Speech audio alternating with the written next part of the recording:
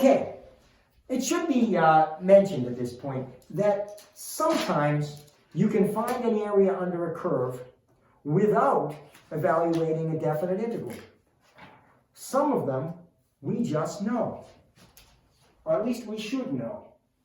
Now suppose I want to evaluate a particular definite integral for a function that I know is non-negative throughout the stated interval, so that I know that the definite integral will be equal to the area under the curve. All right? Let's just take an example. Suppose I want to evaluate the definite integral from -3 to 3 of the square root of 9 minus x squared. Okay. Now, believe me, in this Calculus 1 course, you are not going to learn to anti-differentiate this. This requires some techniques that you really don't want to know right now. But you don't have to, because you should understand. Remember what we're dealing with here. We're dealing with an f of x, or a y. We're dealing with y equals the square root of 9 minus x squared. Now you should recognize from our earlier work, pre-calculus, and from our work with optimization, what that is. Let's square both sides. And now let's add x squared to both sides.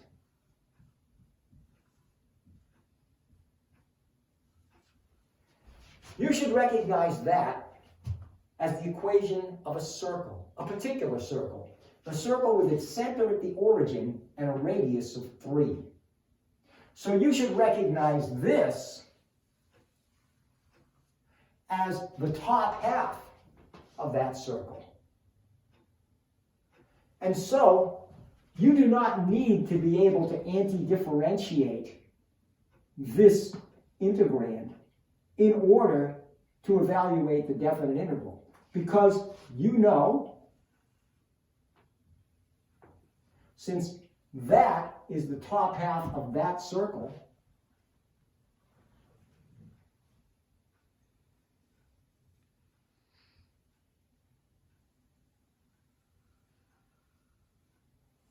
that the definite integral will be equal to the area of that region. And the area of that region is 1/2 the area of that circle. A circle with a radius of 3, the area of a circle, pi r squared.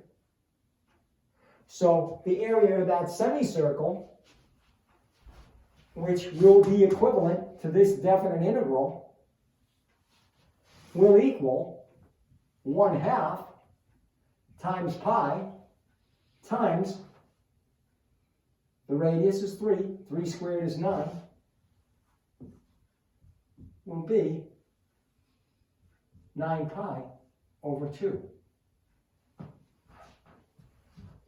Where you have semicircles, where you have lines, if your integrand were simply a linear function,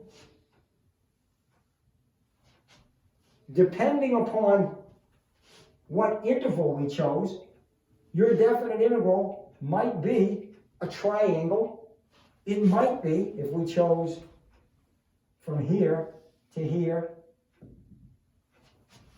a trapezoid, or equivalently, a rectangle surmounted by a triangle. These are figures for which we can use our known area formulas in order to evaluate definite integrals. Also, another type of function for which we could do that would be an absolute value function. All right. The absolute value function, we know, looks like this. And so, if we were trying to find the definite integral from a to b here, that would be the sum of the areas of two triangles.